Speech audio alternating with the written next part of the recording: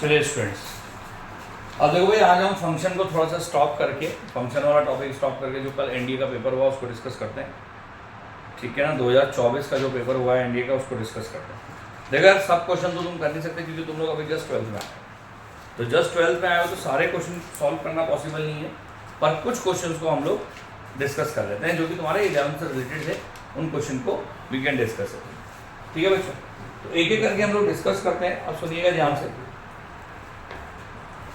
एक बार एक क्वेश्चन था हमारे पास, सेकंड वाला क्वेश्चन एनडीए पेपर में, ये सेक्शन डी है मेरे पास। सेक्शन डी में जो सेकंड वाला क्वेश्चन है वो देखिए भाई। क्वेश्चन ये था कि अगर मान लो let capital A is equal to X belongs to R और -1 less than X less than 1 है, और वो कह रहा है the following is bijective function. कहता है इनमें से कौन सा बाइजेक्टिव है, तो बताना है मुझे इसमें से कौन सा बाइजेक्टिव है। अब देखिए ऑप्शन कौन कौन से, क्वेश्चन में ये है कि which of the following is bijective. अब देखिए, अब पहला ऑप्शन तेरे पास है fx is equal to x mod x, तो बताओ भाई ये बाइजेक्टिव है कि नहीं है। और दूसरा वाला तुम्हारे पास है gx is equal to cos pi X. इन दोनों के विषय में क्या है बताओ भाई, इसका बाइजेक्शन बताना है। x की वैल्यू क्या है तुम्हारे पास, -1 से बन रहा है, तो सोचो बाइजेक्टिव है ये। एक मिनट सर लगाइए भैया, बाइजेक्शन आएगा इसमें, बताओ। चलिए ये कह रहे हैं कि आएगा, देख लेते हैं कौन सा वाला आएगा बता। वो कह रहा है कौन सा सही है, कहता है सिर्फ ओनली वन। मतलब पहला ऑप्शन इसमें जो है वो है 1 ओनली, दूसरा ऑप्शन है 2 ओनली। बताओ भाई, आपके पास सिर्फ 1 मिनट है सॉल्व करने के लिए। बोथ 1 and 2, और डी ऑप्शन नीदर 1 nor 2। बताओ भाई, नीदर 1 nor 2 भी है इसमें आंसर। सोचो, मैं स्क्रीन में ले भी आता हूँ अभी क्वेश्चंस।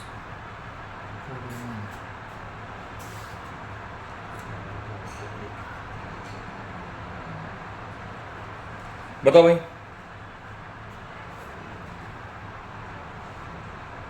चलिए मुझे लगता है मुझे कराना पड़ेगा।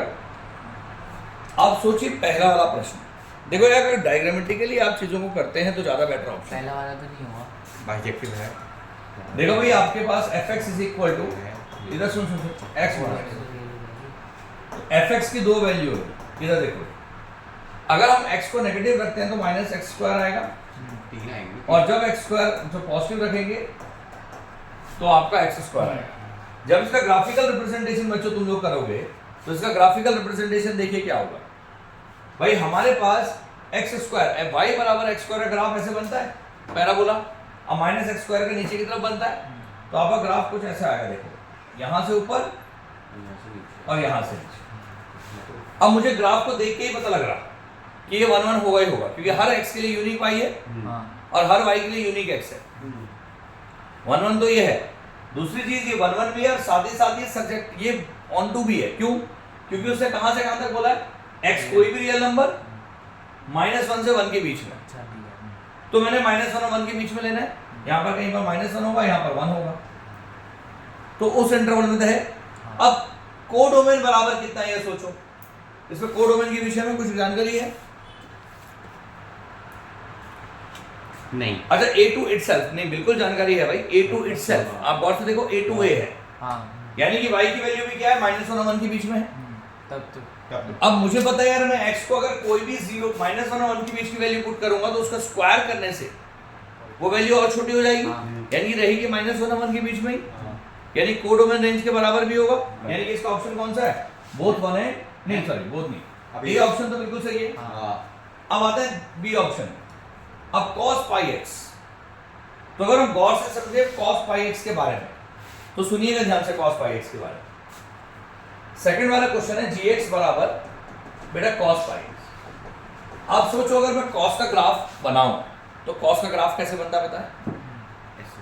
अब मुझे पता है, अगर मैं एक एंगल को किसी कांस्टेंट से मल्टीप्लाई कर दूं तो cos का ग्राफ में क्या चेंजेस आते हैं पता है आपको? मैंने पाई से मल्टीप्लाई कर दिया, आपका जो पीरियड है वो इसका पीरियड कितना होता है कॉस का 2 पाई। हम्म, आपने एंगल को पाई से डिवाइड कर दिया हम्म, तो पीरियड 2 हो जाएगा। यानी कि ग्राफ जो है आप जब किसी बड़ी वैल्यू से करते हैं ना ग्राफ क्या एक्सपेंड हो जाता है।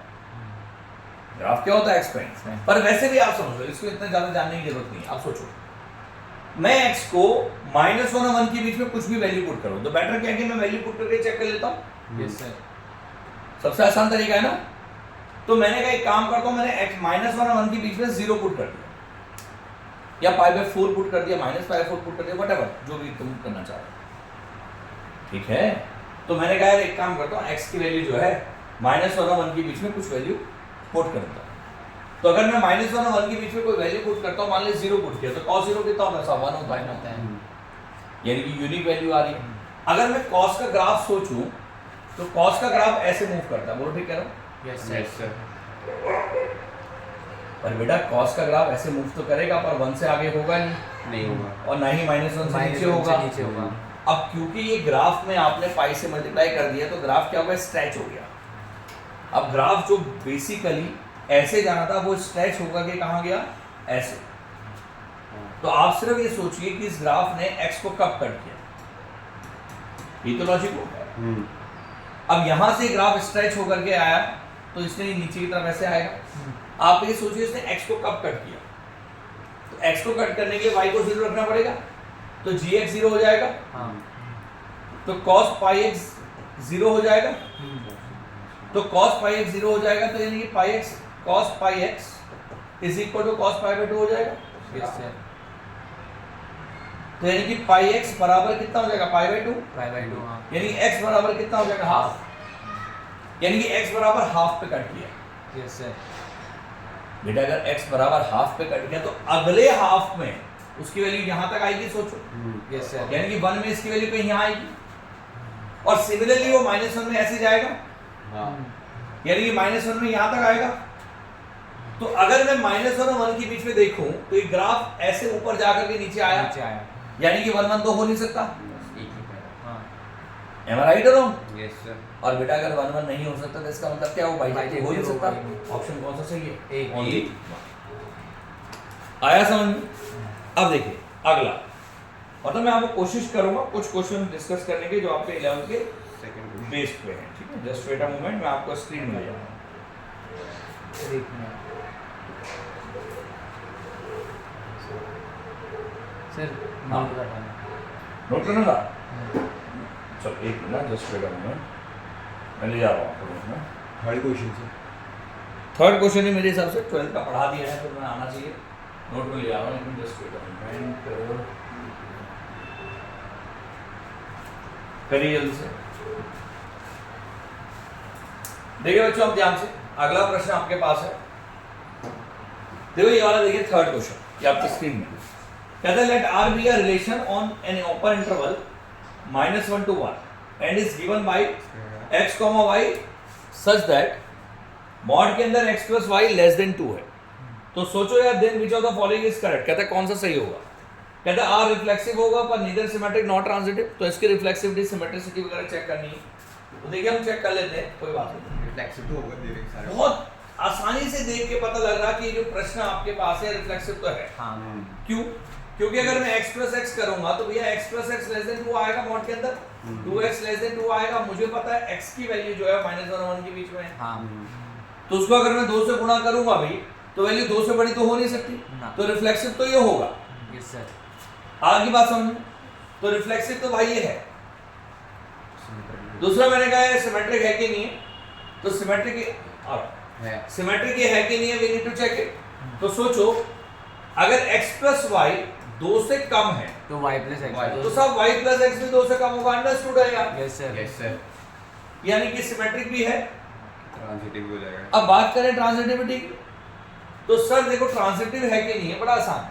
अगर x + y 2 से कम है सब y + z 2 से कम है वो भी तो सोचो यार x + y अगर 2 से कम है दोनों की वैल्यू -1 और 1 के बीच में है और y + z भी 2 से कम है क्योंकि y और z दोनों की वैल्यू -1 और 1 के बीच में है। तो साहब x और z की वैल्यू भी तो -1 और 1 के बीच में है, यस सर, तो इसका समेशन भी तो 2 से कम होगा, यानी कि आंसर क्या आ गया? D. Equivalence relation, D is the correct answer. ये तो देख के वैसे लिया था। आगे सुन, Yes, sir. मतलब बहुत इजीली आप लोग इसको सॉल्व कर सकते थे। गॉट इट और नॉट? यस सर, ठीक है, अगला प्रश्न के लिए टाइम दे रहा हूँ, इसे हटा रहा हूँ, मुझे बताइएगा। ये है प्रश्न संख्या एक मिनट यार, कहाँ मेरे बच्चे की फोटो खींच रही है, जरा ये क्वेश्चन करके दिखाओ। ये करेंगे। एपी वाला है, ये एपी वाला, इसे ट्राई करिएगा। देखो भाई, अब क्वेश्चन ये है कि अगर एबीसी आर इन एपी है और बीसीडी आर इन जीपी है, तो सोचो यार अगर एबीसी आर इन एपी है, ये वाला क्वेश्चन कर रहे हैं हम लोग, तो यार 2b is equal to a plus C होगा, सोचो। और इसी तरीके से अगर मान ले बीसीडी जीपी में है, तो यानी कि सी स्क्वायर फर्स्ट कौन है यार? Yes C sir, square is equal to कितना आएगा? बीडी आएगा, सेकंड हो गया। और तीसरे में कह रहा है सीडीई आर इन एचपी, तो सीडीई एचपी में क्या होगा? जब डी बराबर कितना आएगा? 2ce अपॉन में c प्लस e आएगा, यस सर, ये थर्ड हो गया, ऑटोमेटिकली सबको पता है। तो सब बड़ा आसान है यार, क्योंकि जो ऑप्शन है तेरे पास वो ACE में है, तो हमने क्या काम किया? यूजिंग भाई फर्स्ट एंड थर्ड इन किसमें? सेकंड में, सेकंड में। तो फर्स्ट और थर्ड को अगर सेकंड में पुट कर देंगे भाई, तो कितना आएगा? c के बदले वैल्यू पुट कर दे यार यहाँ से भाई, c square is equal to bd है, तो c square is equal to b का मतलब कितना हो गया? a प्लस c बाई 2, और d का मतलब कितना हो गया? 2ce अपॉन में c प्लस e। भाई इसको सॉल्व कर दे यार, 2 से 2 कैंसिल हो गया आपका, यस अगर सर, हम गौर से समझें तो ये 2 से 2 कैंसिल हो गया, तो उसके बाद c से ये वाला एक c पावर कैंसिल हो गई, बताओ। तो जो मेरे पास बच गया वो क्या बचा भाई? यहाँ c बचा और यहाँ क्या बचा? बल्कि एक काम और करते हैं, इसको इधर क्रॉस मल्टीप्लाई करते हैं, c स्क्वायर प्लस ce आएगा, और इसको जब मल्टीप्लाई करेंगे तो आएगा ae प्लस ce। तो भाई c तो कैंसिल हो गया, तो साहब बचा क्या? आपके बड़ा आसानी से c square is equal to ae बचा। अब c square is equal to ae बचा, तो यानी कि ये तो जीपी सही है, और मुझे लगता है ये भी सही है। कैसे? अगर सोचो ये जीपी में होगा तो 1/c square is equal to 1/, इसके हिसाब से क्या होगा? 1/c square is equal to 1/a into 1/e होगा। यस सर, भाई क्रॉस मल्टीप्लाई करेंगे, c square is equal to a आ गया, अब वो तो हमने निकाल ही दिया था, यानी कि दोनों सही है, यानी कि ऑप्शन कौन सही है? Both first and second. आगे समझ में? Yes sir, any confusion? चलिए अगले पेपर आपके क्वेश्चन में ले आते हैं आपको। थोड़ा सा स्क्रीन लगा रहा हूँ, वेट कर रहे हैं। मेरे हिसाब से नहीं, कोई नहीं।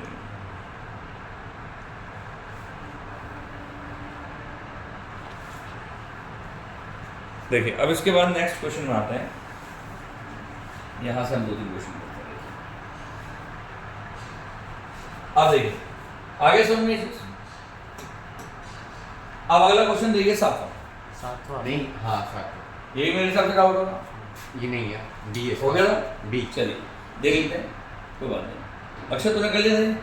देखिए अब अगर मान लीजिए क्वेश्चन हमें करना हो, सुनिए ध्यान से भाई, 2000 अभी का पेपर है भाई, 23 का, 24 2024 अप्रैल का पेपर है भाई। हाँ तो अगर तुम सोचो पता नहीं कब का पेपर करा रहा हूँ, अप्रैल 2024 का रिसेंटली पेपर है एनडी का, तुम्हारा यस्टरडे कल ही हुआ है। अब देखिए ध्यान से, what is the number of solutions? Number of solutions निकाल लेते, कैसे करेंगे इसे बताओ? सर इसमें बेस से कर देंगे। Base 4x - 1 is equal to log base 2 base से कर देंगे सर। और x - 3। बताओ भाई उसे कैसे करेंगे? देखो ये log की प्रॉपर्टी लगाई, अब बहुत आसान सी चीज थी। देखिए भाई हमने क्या किया, लोग को पता है बात, log 2 square x - 1 is equal to log base 2 और x - 3। ठीक है, अब log की प्रॉपर्टी ये जो 2 है, ये आगे आगे हाफ बन गया, log base 2 x - 1 yes sir, और is equal to log base 2 x - 3। बोलो ठीक है? वो पावर में चला जाएगा। अब ये 2 उधर मल्टीप्लाई हो गया, left side log base 2 x - 1 तो ऐसे ही रहा। अब जब ये उधर चला गया मेरे भाई, तो ये पावर में चला गया ना साहब, यस सर, x - 3 का होल स्क्वायर। बोलो log बेस 2 हट गया, यस सर, तो भाई x - 1 is equal to x - 3 का होल स्क्वायर आ गया। इसको देख के मुझे लग रहा है कि 2 सॉल्यूशन होंगे, क्योंकि क्वाड्रेटिक है। तूने एक कर दिया होगा, है ना। x minus 1 is equal to x square plus 9 minus का 6x, तो भाई एक्स स्क्वायर माइनस 7x और प्लस 10 इज इक्वल टू 0। भाई 5 और 2 हाँ तो क्वाड्रेटिक बनेगा। Yes, sir. अच्छा तुम्हें कैसे पता लगता है कि दो सॉल्यूशन है या एक, तो Power. डिस्क्रिमिनेंट निकाल लो, हाँ b स्क्वायर माइनस 4ac, तो 49 माइनस का 4ac, तो 40 आएगा जो कि पॉजिटिव होगा। हाँ पॉजिटिव होगा तो दो सॉल्यूशन होंगे, यानी कि आंसर क्या है 2 2। मैंने क्या करा था मुझे याद नहीं है। ठीक कोई बात नहीं, मैंने दूसरा स्टेप करा ठीक, था। ठीक, ठीक। सर मैंने उसमें ठीक है ठीक है ठीक है। मेरे मैं नहीं डिस्कस कर रहा हूँ। मैंने कैसे सुना वो जो करो, मैंने उसमें ना जैसे कौन सी साइड होती है, जो साइड होती है वो RHS, ये RHS साइड मैंने ना log base 4 से मतलब कर दिया, चेंज कर दिया, तो वैसे करके करा मैंने। चलिए कोई बात नहीं, देखते हैं उसको। अब इसका जरा 8 क्वेश्चन ट्राई करिए भाई, टाइम है आपके पास 2 मिनट का, ट्राई करिए। सर आप मेरा सुनिए। देखो भाई, अब ये वाला क्वेश्चन है हम लोग सेकंड वाला कर, इसको हटाओ भैया, ये तो हो गया।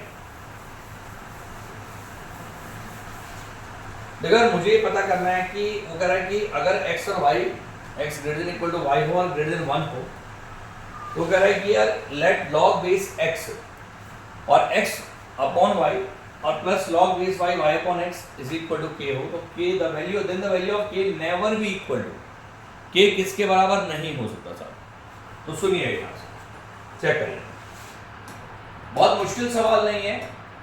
अगर log base x x upon y है तो इसको मैं क्या लिखता हूँ, log बेस x माइनस का log बेस x y, बोलो प्रॉपर्टी है ना, plus log base y y minus का log बेस y x और is equal to k, am I right. Yes sir सब ये 1 हो गया, ये 1 हो गया, 1 प्लस 1 2 हो गया। अब समझ में आया नहीं है, अब इन दोनों में से इस k को इधर लिया तो 2 माइनस k आएगा, यस सर और इज इक्वल टू मेरे पास आएगा log बेस x y और प्लस का log बेस y x। अब एक काम करते हैं यार, log बेस x y इसको लेफ्ट में लिख लेंगे, तो log बेस x y इसको भी लेफ्ट में आ गए, तो इसको मैं पलट करके लिखता हूं log वो 1 अपॉन, ध्यान दीजिएगा 1 upon log base x y, सोचो, यस सर और is equal to 2 minus k। तो अगर हम बात करते हैं, हम वैल्यूज पुटअप करना स्टार्ट करते हैं x और y की, तो समझिएगा ध्यान से, थोड़ा सा दिमाग लगाना है। हिट एंड ट्रायल ज्यादा बेटर ऑप्शन है, क्योंकि k की यहाँ पर इनफाइनाइट वैल्यूज पॉसिबल है, यहाँ पर उसने सिर्फ 4 वैल्यूज दी है। तो अगर मैं ट्रेडिशनल वे से करूंगा थोड़ा मुश्किल पड़ेगा, तो बेटर क्या है कि हम इसको हिट एंड ट्रायल से करें। मैंने -1 लिया सपोज, अब मैंने इसको मान लिया थीटा, तो ये थीटा हो गया, ये 1 अपॉन थीटा हो गया। यस सर इसको -1 लिया तो ये 3 हो गया। हमें सिर्फ ये चेक करना है कि ये पॉसिबिलिटी है कि नहीं, उसके लिए क्वाड्रेटिक फॉर्मूला लगाना है, -3 theta plus 1 is equal to 0, सब सिर्फ डिस्क्रिमिनेंट लगाना है, b स्क्वायर माइनस 4ac। अब b स्क्वायर माइनस 4 पॉसिबल है, यस सर डिस्क्रिमिनेंट पॉजिटिव आ रहा है, यानी कि साहब बिल्कुल a पॉसिबल है। कब पॉसिबल नहीं होता, जब ये नेगेटिव आता है। नेगेटिव आएगा तो क्या होगा, इसका मतलब थीटा वैलिड नहीं है, यस सर थीटा वैलिड नहीं है, तो इसका मतलब हम इस वैल्यू को नहीं ले सकते, एम आई राइट, यानी कि log वैलिड नहीं होगा ना। अब दूसरा ऑप्शन लेके चला मैं, दूसरा ऑप्शन क्या है बताओ, हाँ माइनस माइनस हाफ, तो माइनस हाफ लेके चला, तो at x is equal to minus half में बात की हमने, थीटा है पता हो, सॉरी k बराबर माइनस हाफ। तो अगर माइनस हाफ बात की तो बच्चों कितना आएगा बता, theta square plus 1 upon theta is equal to minus half put किया तो 2 प्लस हाफ हो गया ना, 2 प्लस हाफ कितना होता है भाई 5/2, हाँ तो 5/2 ले लिया 5/2, तो भाई 2 थीटा स्क्वायर प्लस 2।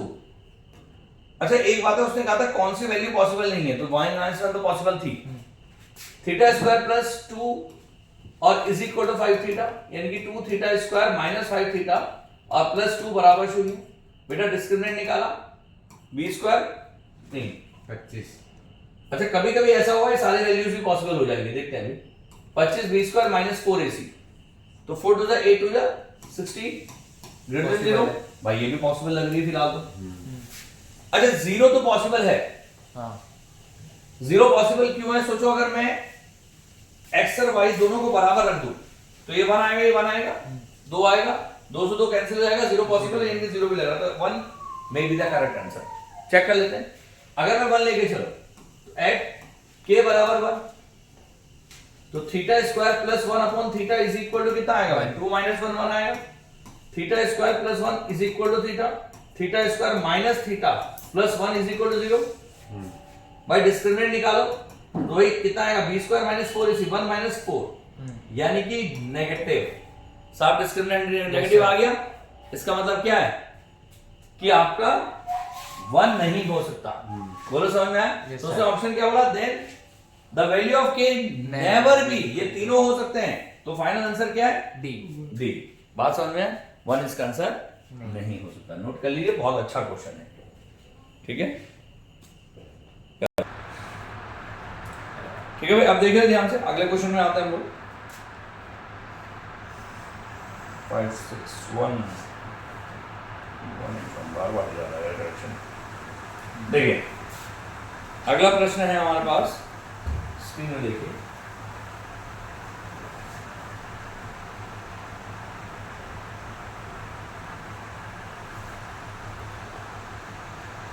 एक मिनट बच्चों, हाँ लॉग अरे रोटेट हो गया ये।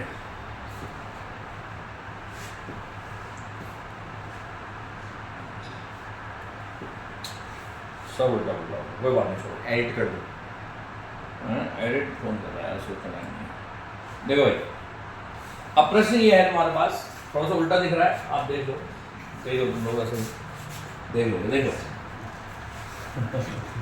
सर क्रॉप कर दो सर। सर गर्दन दर्द हो जाएगी सर थोड़ी देर अरे में। क्रॉप कर दो उसको, जैसे ही करा, हाँ यहाँ से कर देना थोड़ा।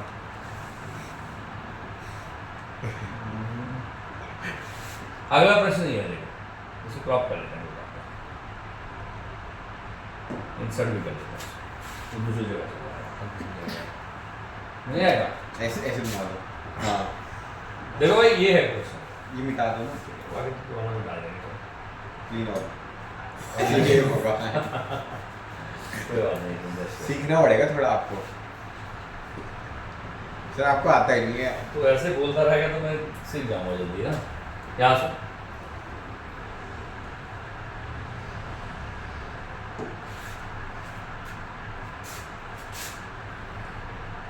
देखो भाई, ये प्रश्न था, करा तुम लोगों ने? बताओ। नहीं मतलब बिल्कुल नहीं आया। ना। ठीक है, बहुत मुश्किल सवाल नहीं था अगर आप गौर से देखें तो। क्वेश्चन ये कह रहा है कि बच्चों देखो, क्वेश्चन में कह रहा है कि अगर log BA is equal to P हो और log DC is equal to 2P हो, log FE is equal to 3P हो। ACE का बहुत सिंपल क्वेश्चन था, log की बेसिक डेफिनेशन पे बेस्ड। मैंने अगर आपको log जितना भी पढ़ाया उसके अगर बेसिक डेफिनेशन आपको याद है तो उसके बेस पे ही log था। देखिए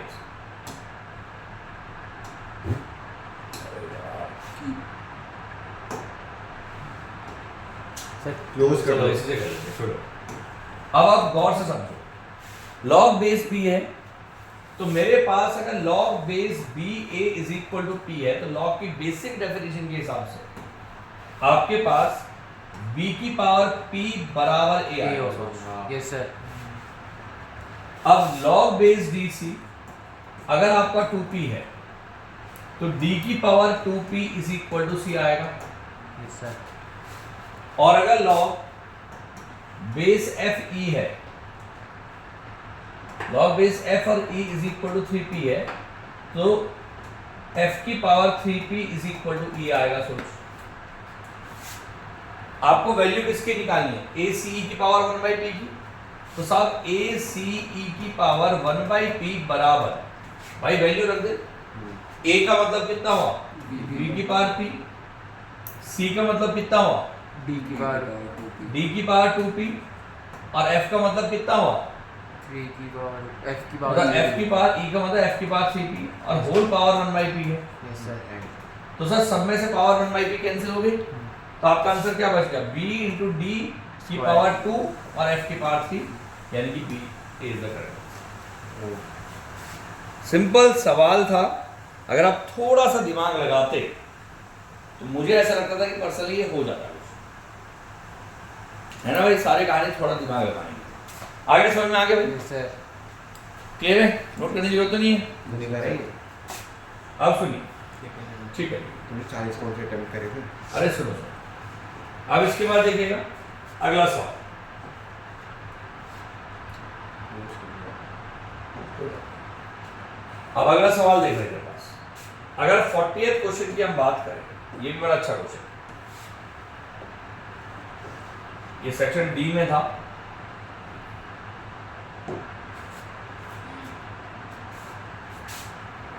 अगर आप इस क्वेश्चन को गौर से देखें, देखो कहता है factorial 26 is equal to n k की पावर, मतलब n into 8 की power k, where k and n are positive integers. Then what is the maximum value of k? बताओ, हमें k की मैक्सिमम वैल्यू निकालनी है।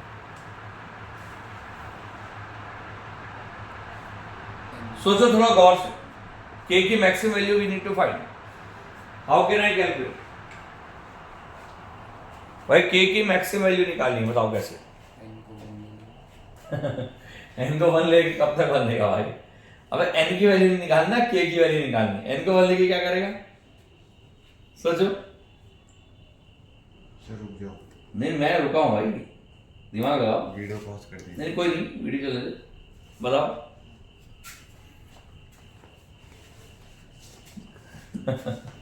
देखिए आसान सवाल था ये, अगर इसको कर सकते थे मेरे हिसाब से।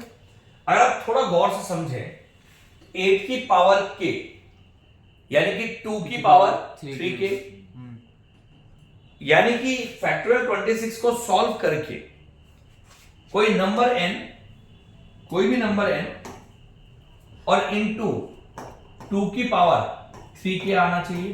Yes sir. मतलब फैक्टोरियल 26 इस फॉर्म में लिखा जाएगा ना, ये तो मतलब हुआ इसका। अब आप सिर्फ ये सोचो कि मैं n तो कुछ भी हो सकता है, पर 2 की पावर कुछ ना कुछ है ना भाई।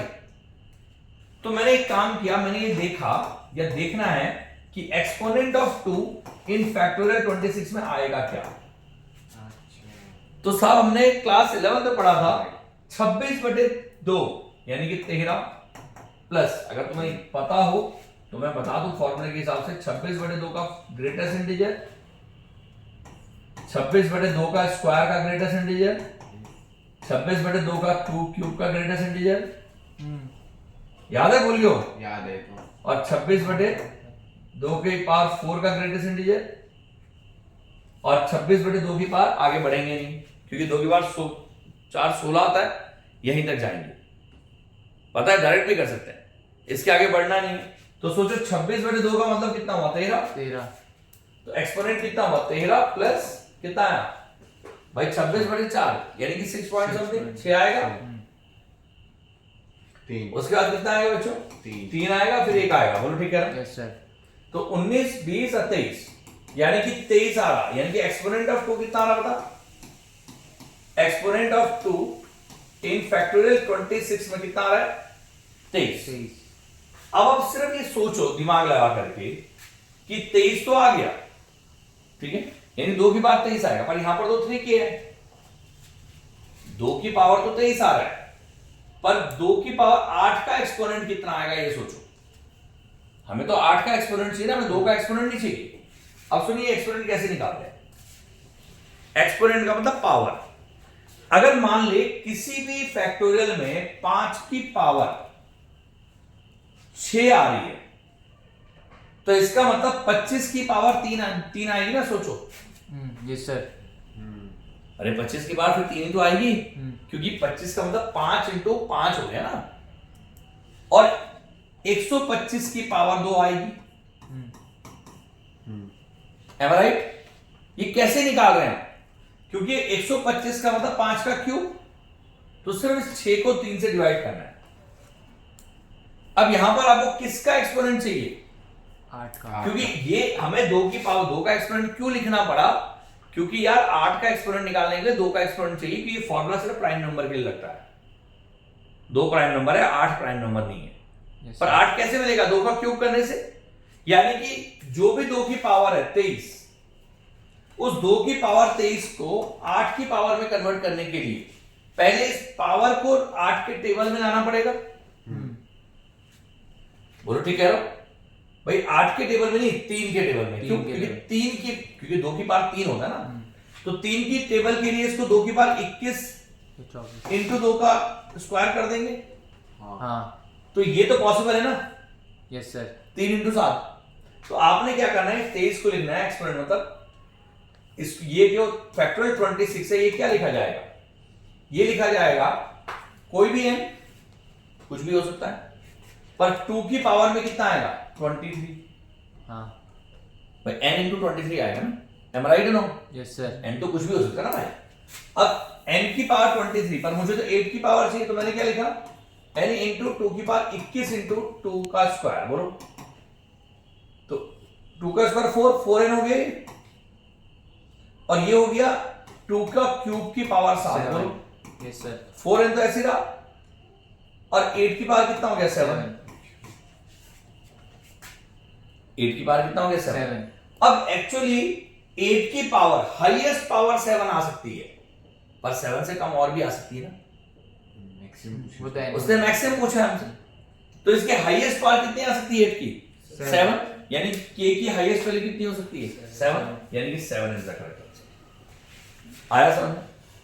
मुश्किल नहीं था सवाल यार, आपको थोड़ा सा समझना था, थोड़ा ट्विस्टेड पेपर था बस, और कुछ नहीं था पेपर। सर ये भूल गया ये क्या था, बता दो एक बार। भाई ये जो आपके पास एक्सपोनेंट निकालने का मेथड था वो ये था कि अगर मैं एक्सपोनेंट ऑफ सुन ले भाई, आलोक सुन, एक्सपोनेंट ऑफ अगर मैं p कहूं इन फैक्टोरियल n में, वेयर p इज प्राइम,